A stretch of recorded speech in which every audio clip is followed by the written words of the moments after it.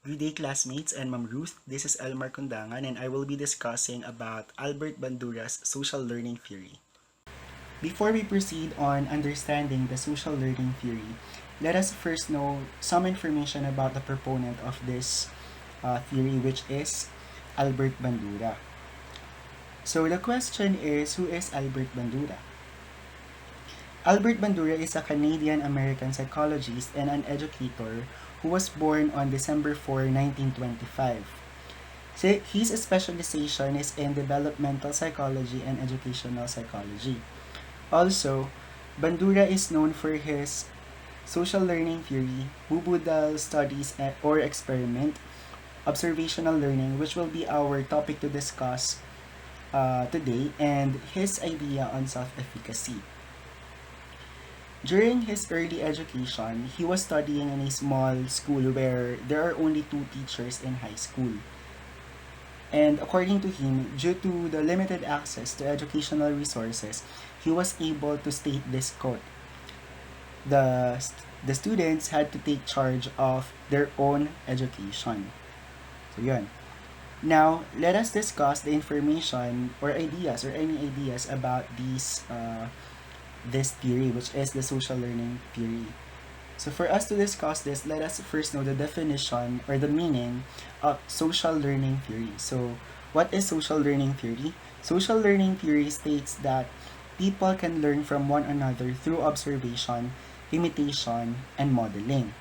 It emphasizes the significance of observation and modeling the behavior, attitude, and emotional reaction. So, etong social learning theory or yung theory na to ay pinapakita yung importansya nung pagkatuto natin through observation or observing something. Let's say for example, yung pag-observe natin sa paligid natin, kung paano natin siya matututunan or matutunan yung mga behavior na nakikita natin sa paligid. This theory also called as observational learning. So before we further discuss this theory, let us know some basic concepts about social learning theory.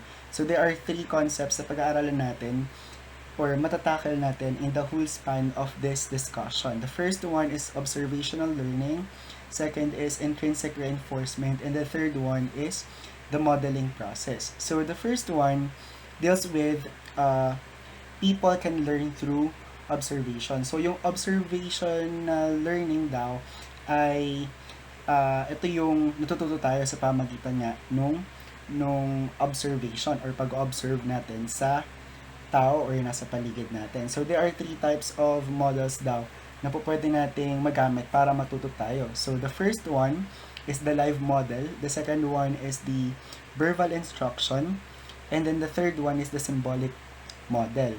So yung live model, ito yung natututo tayo sa pamamaraan ng pag-observe natin face to face or in person. Yung mga na-absorb natin or mga na-adapt natin characteristics or behavior sa paligid natin personally.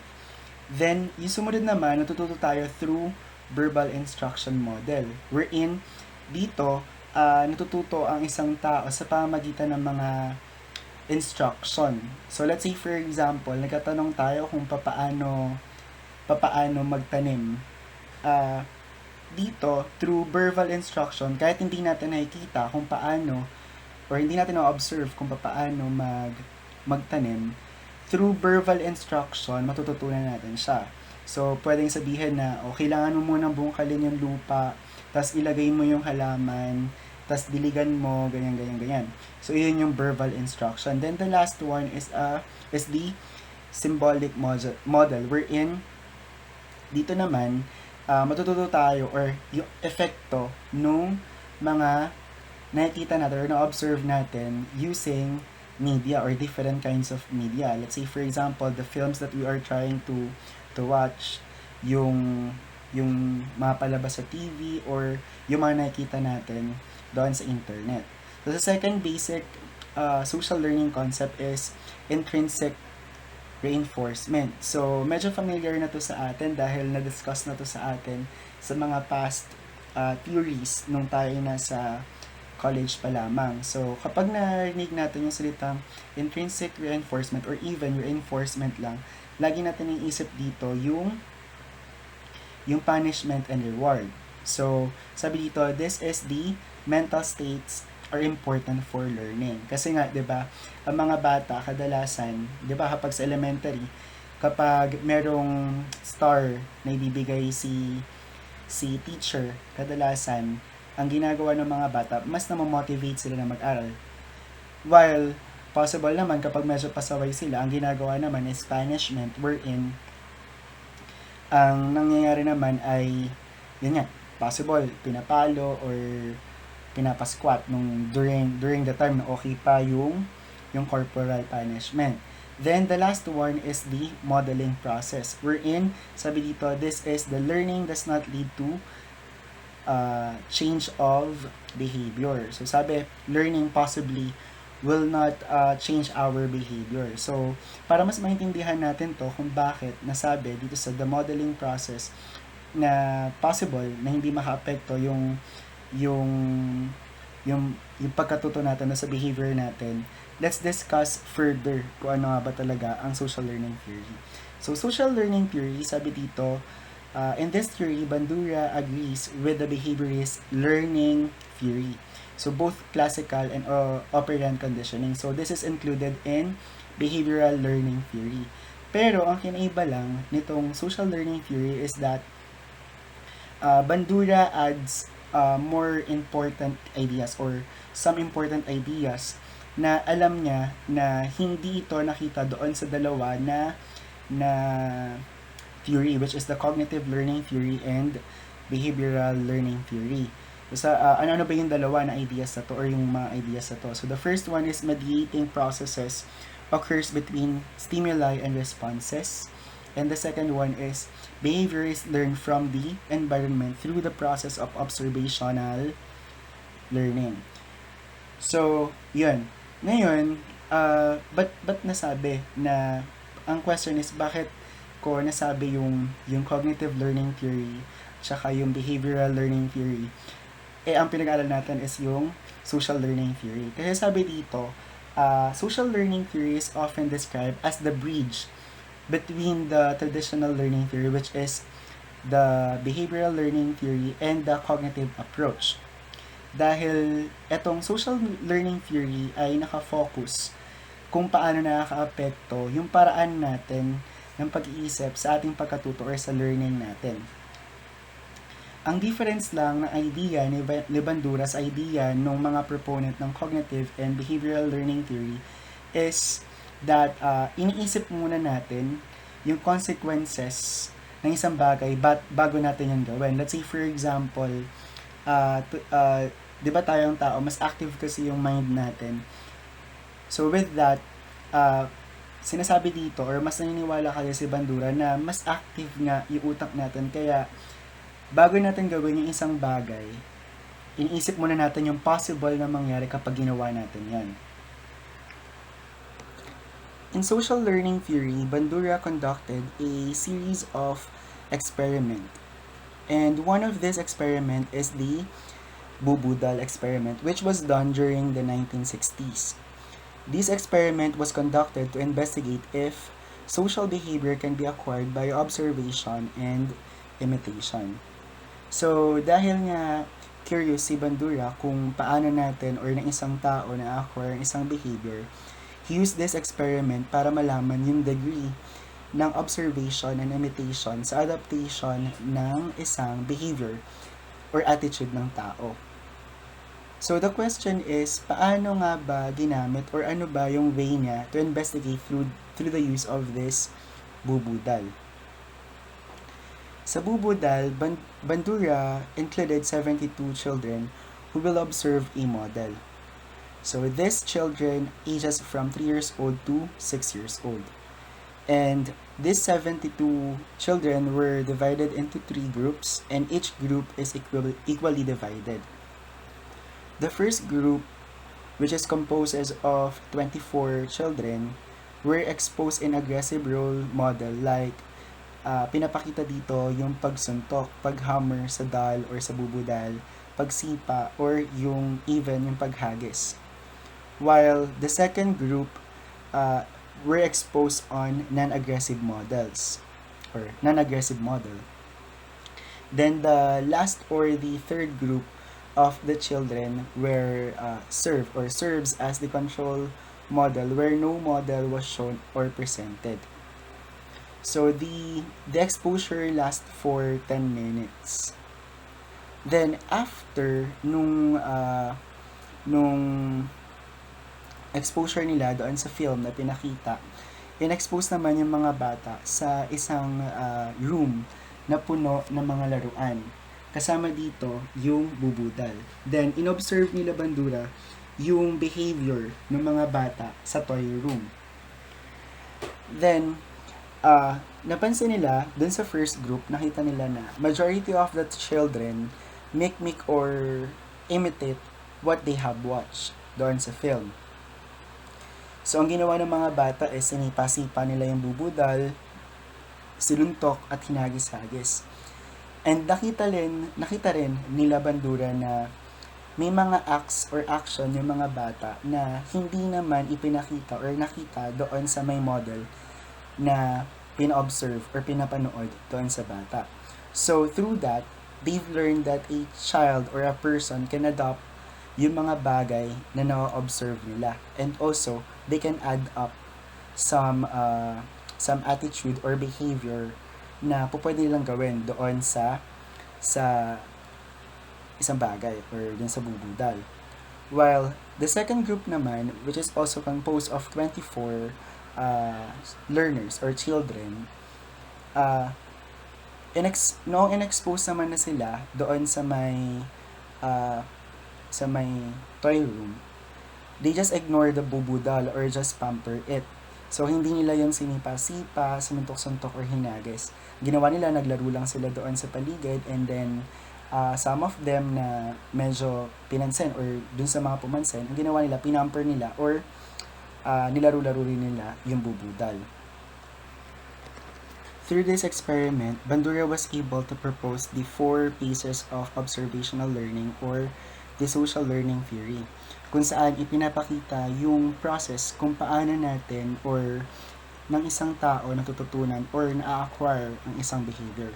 So these are the attention, retention, reproduction, and motivation. So once we said attention, it is the mere exposure does not ensure acquisition of behavior. Observer must attend to recognize the distinctive features of the model response. So, sinasabi dito na kailangan hindi lang basta exposure yung meron tayo to learn the idea or the acts or the action. Kinakailangan din meron tayong attention for us to recognize the distinctive features of the model response. Then the second one, which is retention, it is the reproduction of the desired behavior, implies that the student symbolically retains that observed behavior.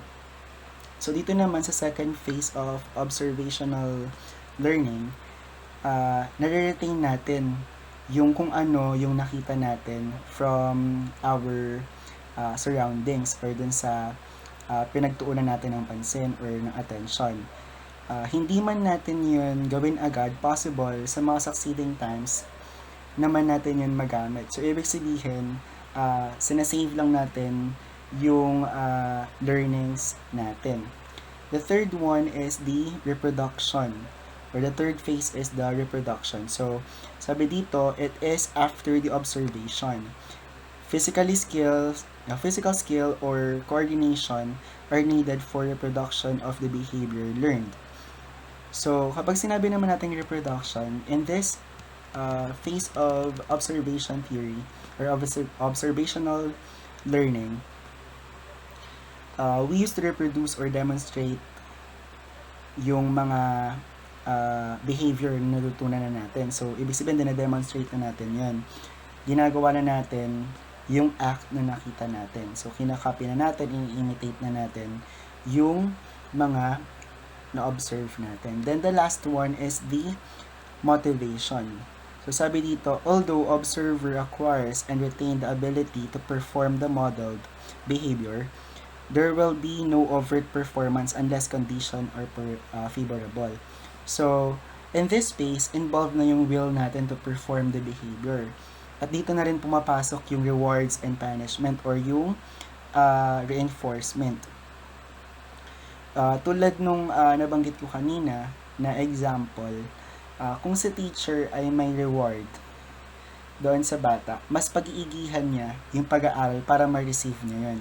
So, again, these are the 4 phases of observational learning: the attention, retention, reproduction, and motivation for us to learn the observe model or observe behavior. Now, let's look into the general principles of social learning theory. So the first one is people can learn by observing the behavior or of others and the outcome of those behaviors. So tulad nga nung nakita doon sa bubudal or sa mga nagiging practice na rin natin, natututo tayo through observation. And kadalasan, gagawin natin yung bagay or yung behavior na yun knowing the outcome, kung ano man yung possible na maging outcome nun. So, let's say for example, kung yung outcome ng gagawin nating behavior ay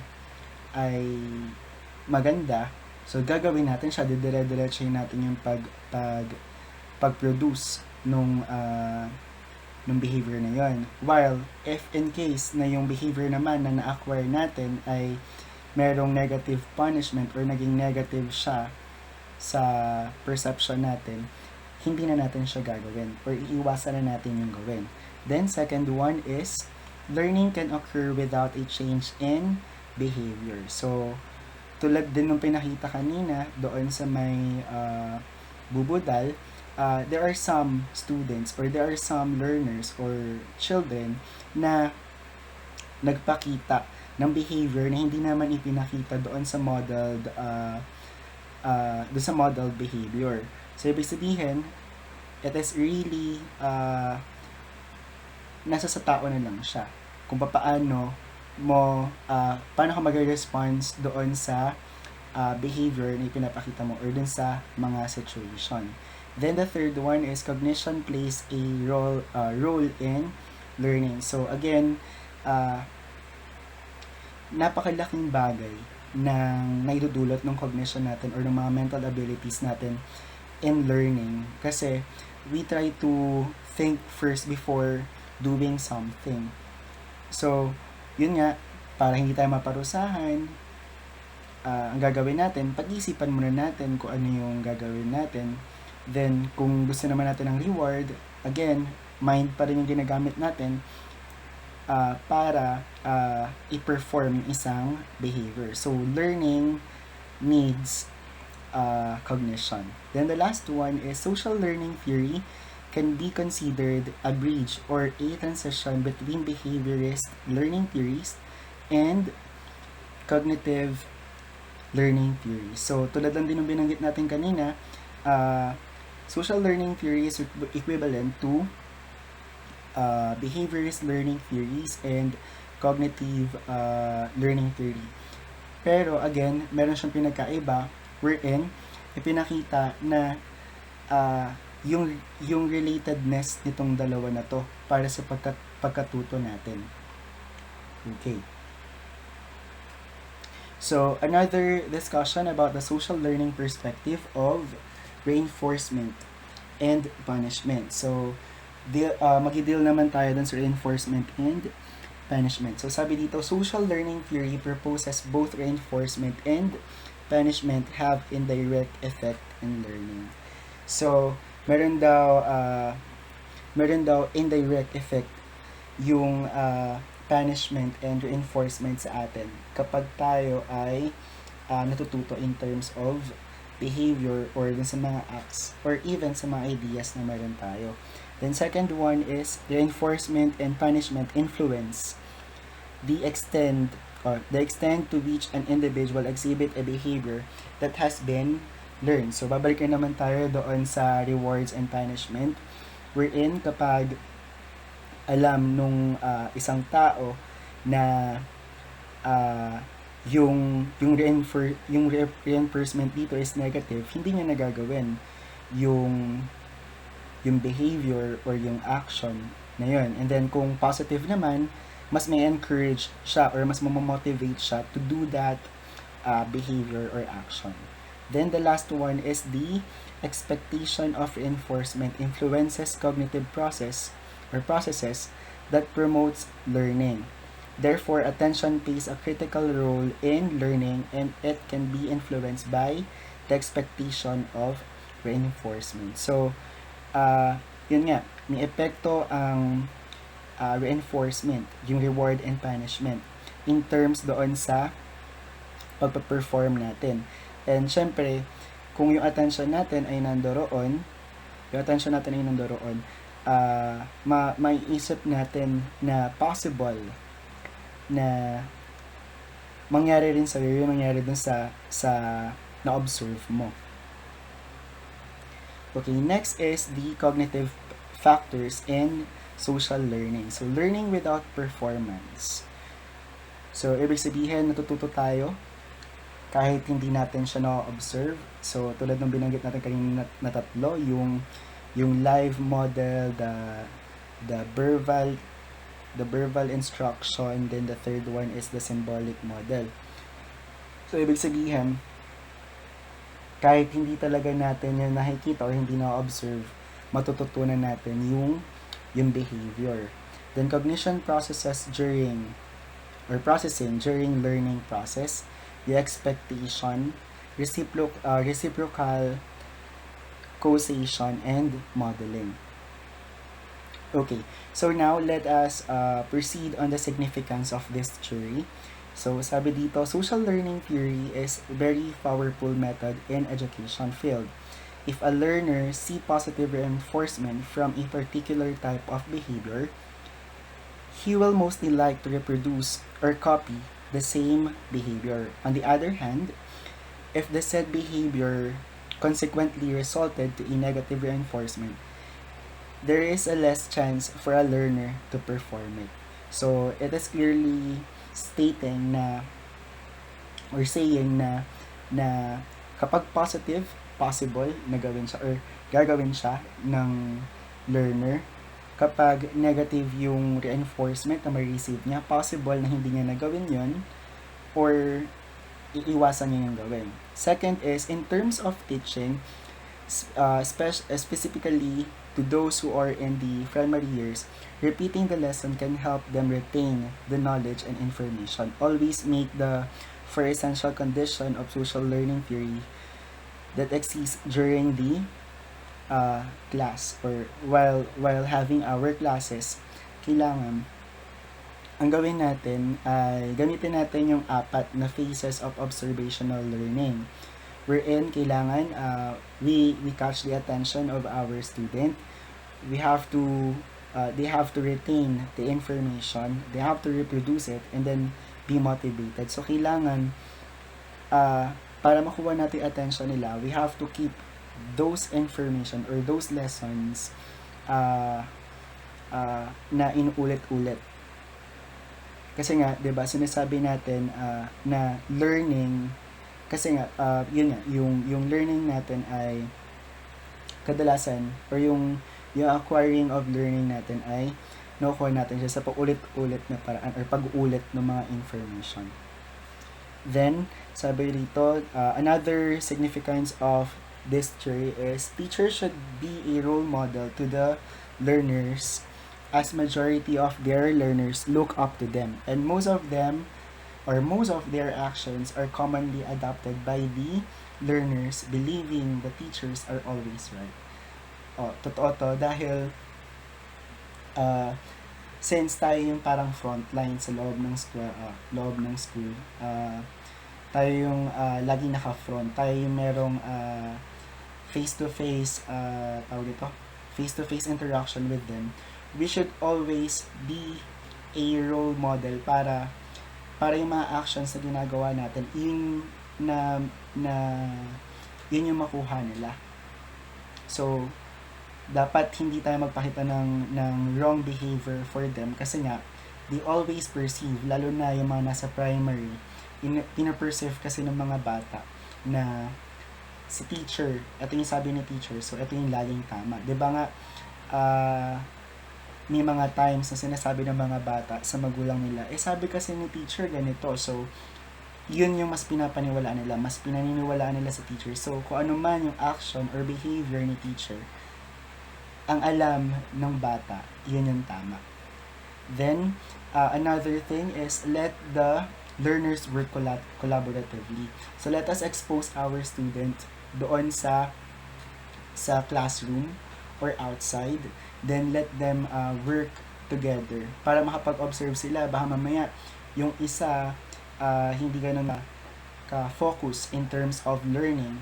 So, para matutunan niya yung behavior na yun, i-expose mo siya doon sa group or doon sa tao na nagpapakita ng magandang behavior in terms of learning.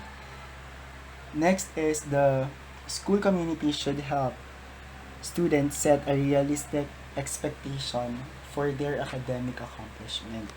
So we have to encourage our student and help them para makita nila yung ganda nung mga accomplishment nila. Another is, in an educational institution, administrators, teaching and non-teaching personnel must show positive attitude and behavior so that the learners will be able to adopt that. So, same with a teacher being a role model. Syempre, kailangan kahit na principal ka or janitor ka lang, kailangan ang gawin natin is makapagpakita tayo ng magandang behavior doon sa bata para iyon yung i-adopt nila. Kasi nga, kapag na-expose sila sa mga negative behaviors, possible na iyon yung i-adopt nila, magiging negative siya. Ibig sabihin, yun yung possible na matutunan niya. Okay, so may insight about this theory. So sabi ko dito, Albert Bandura's social learning theory has a great impact in our profession. We in the educational institution can use this theory's idea in making our learners learn easily. Additionally, through this theory, we realize that we can reinvent different teaching strategies and methodology and keeping our learners on our discussion. We can make them work collaboratively and be involved during our classes. Yet, we as a teacher and people in the academy must also be aware of our actions since learners can easily be influenced by our behavior and attitude while interacting with them. So, napakahalaga po talaga nung role natin as a teacher or one of the personnel in school kasi we really affect or meron talaga tayong epekto doon sa behavior ng bata or sa pagkatuto ng bata. So, kailangan tayo as a teacher, we should help them, motivate them para matuto sila doon sa mga positive na behavior. So, that's it. Thank you and God bless you everyone.